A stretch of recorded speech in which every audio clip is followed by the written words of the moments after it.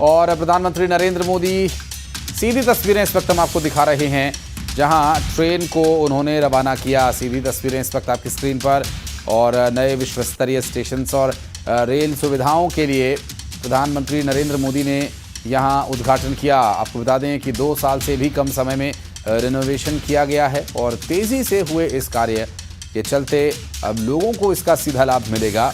और यहाँ पर modern toilets, high must lights और बेहतरीन जो सुविधाएं हैं, जिसमें भव्य प्रवेश द्वार भी बनाया गया।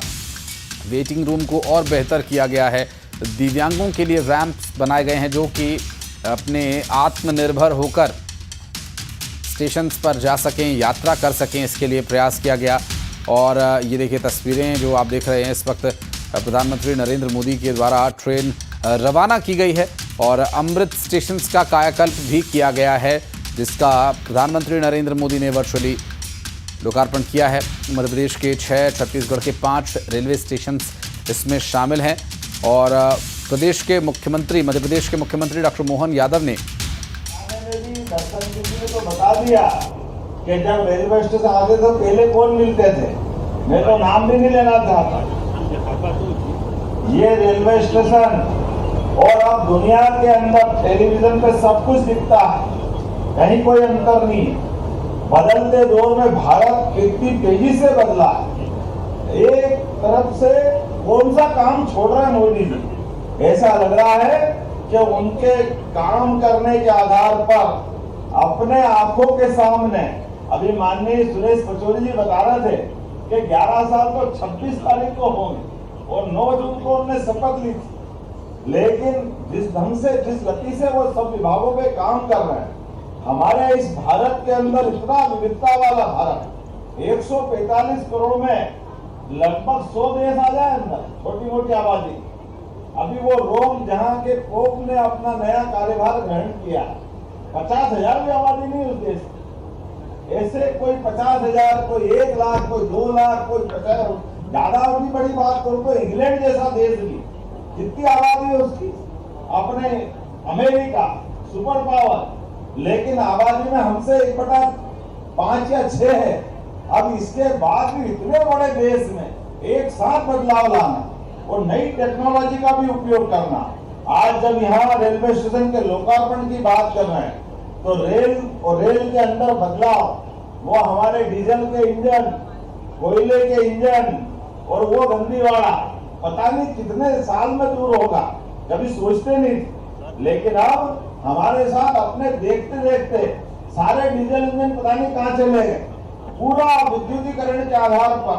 और नई नई रेल लाइन, अभी तो रेलवे स्टेशन के मामले में भी पहले रेल मंत्री बनते, तो रेल मंत्री का क्या, जहां का रेल मंत्री 2-4 रेल वो वहां डलवा देता था, कभी बिहार कभी बंगाल, इसके बाहर कांग्रेस में आने नहीं देते थे।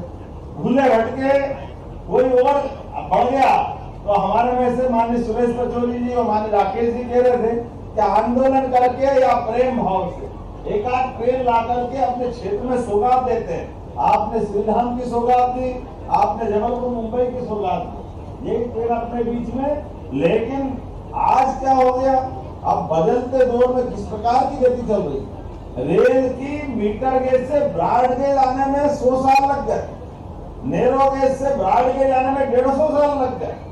लेकिन अपने सामने ब्रॉड गेज आई तो आई, एक से डबल पटरी, अब तो 3 पटरी, 4 पटरी, कितने प्रकार से बदलाव आया। मैडम आपके यहाँ भी शायद मैंने सुना है कि बदलाव आ रहा है, 3 लाइन हो गई। ये जो लगातार एक तरह से डबल पटरी मतलब डबल लाइन। मैं थोड़ा अपनी मालवी वाला आदमी भी हूँ और अपने भाव को समझ के भी बात करने वाला हूँ। तकनीकी रूप से हम सब समझते हैं, लेकिन अब तो इससे आगे बढ़कर अभी बता रहा है कि अपने यहाँ पूरे प्रदेश के अंदर 1275 स्टेशनों के लिए एक साथ पूरे प्रदेश में उनको अमृत स्टेशन बनाने के लिए मोदी जी ने संकल्प लिया। जोरदार अभिनंदन करो। 1250, कोई भेदभाव नहीं, उत्तर से लगा के दक्षिण तक, पूर्व से लगा के पश्चिम तक, हर एक राज्य के अंदर हमारी पार्टी की सरकार हो तो ठीक, नहीं हो तो ठीक। भारत के तो राज्य हैं, भारत के अंदर विकास नहीं करेंगे तो क्या करेंगे? और अभी हमने देखा है कि हमारे तो रेलवे स्टेशन ये अब बिल्कुल चाइना की आखिरी सीमा तक जा रहा है। कश्मीर के अंदर कभी कल्पना नहीं करते, वैष्णो देवी के अंदर या जम्मू के आगे ट्रेन खत्म। आज की स्थिति क्या हो गई?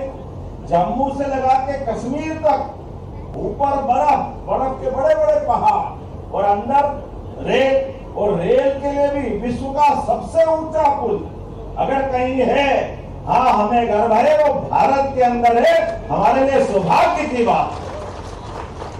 मौसम से एक तरह से विकास, टेक्नोलॉजी कंपटीशन कर रहे हैं। वही बात नहीं, हिमालय, उतंग हिमालय आसमान से बात करता है, लेकिन आज भारत बदलते दौर में हिमालय की चोटी को भी अपने बुलंद हिसाब से, बुलंद सोच से मात करता दिखाई देता है।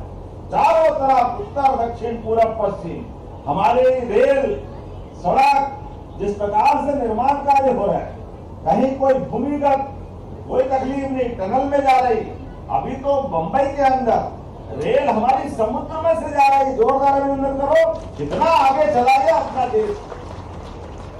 मुंबई का वो बेतरतीब यातायात, वो पुराने जमाने जैसी ट्रेन सब बदलते दौर में बदल गई। और बदलने की कल्पना भी कैसे कि न केवल मेट्रो बल्कि बनी बनाई हमारी अपनी इसी ब्रॉड गेज के ऊपर वंदे भारत मेट्रो के माध्यम से भी इतनी स्पीड बढ़ी, कोई सोच नहीं सकता। वो सब मेड इन इंडिया, कोई जरूरी नहीं विदेश से लेकर आए। अभी मैं जापान गया, जर्मनी गया, लगातार वहां के लोग भी कह रहे हैं, किसी को समझ में नहीं आया 10-11 साल में एकदम इंडिया में हो क्या गया सभी क्षेत्रों में। अभी तो आनंद तब आया, आज ही आपने पेपर में पढ़ा होगा, चाइना ने मिसाइल दी पाकिस्तान को, पाकिस्तान से कहा तू भी मारना और दूसरों को मारने के लिए अपने हथियार के रूप में उपयोग करना। उसको क्या मालूम था कि वो प्रयोग करा वो फुस्सी बम निकलेंगे। हमारी सेना ने फुस्सी बम की तरह तोड़ फोड़ के फेंक दिया, पता ही नहीं चला। वो युद्ध के हालात कल्पना तो करो, टीवी खोल के देखो, ऐसा लग रहा दिवाली के दिन ऐसे आकाश तारे कहीं निकलते रहते ऊपर से राकेटों। किसको फर्क पड़ रहा? हमारे यहाँ परमात्मा की दया से यशस्वी प्रधानमंत्री ने विकास के भी नए नए प्रतिमान बनाए, और विकास के नए कीर्तिमान के साथ साथ उन्होंने अपने देश की आंतरिक सुरक्षा, भाई सुरक्षा, सेना को योग्य प्रकार से शक्तिमान बनाने का जो अभियान चलाया, उसके परिणाम हमको दिख रहे हैं। एक देश पाकिस्तान दिख रहा था सामने, और उससे भी कह दिया कि हमको छेड़ो मत, हमको छेड़ोगे तो हम तुमको छोड़ेंगे नहीं। ये अपना लगातार जो मोदी जी का संकल्प था वो दिखा दिया। एक नहीं, इनके साथ 2 आए थे, पीछे तीसरा तो बोले ही नहीं। जब हालत खराब हुई, हथियार एक के बाद एक टपकते गए तो बोलना ही भूल गया।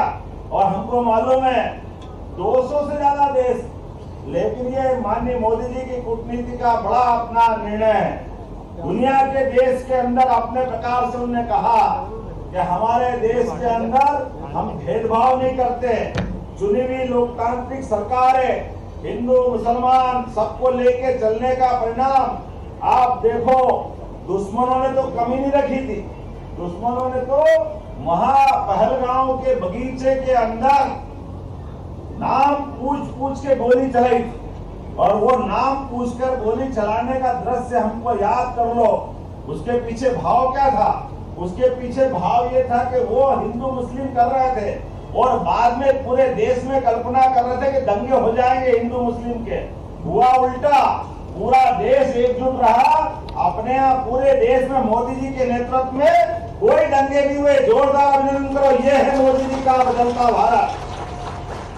और इतना ही नहीं, इससे आगे जाओ, जम्मू कश्मीर का धारा 370 के हटने के बाद का वो दौर, जब हम कभी कल्पना करें, जिसके बाद पीडीपी, हुर्रियत, ये तो जब आजादी के बाद से संगठन बने तब से पाकिस्तान की बात करते थे।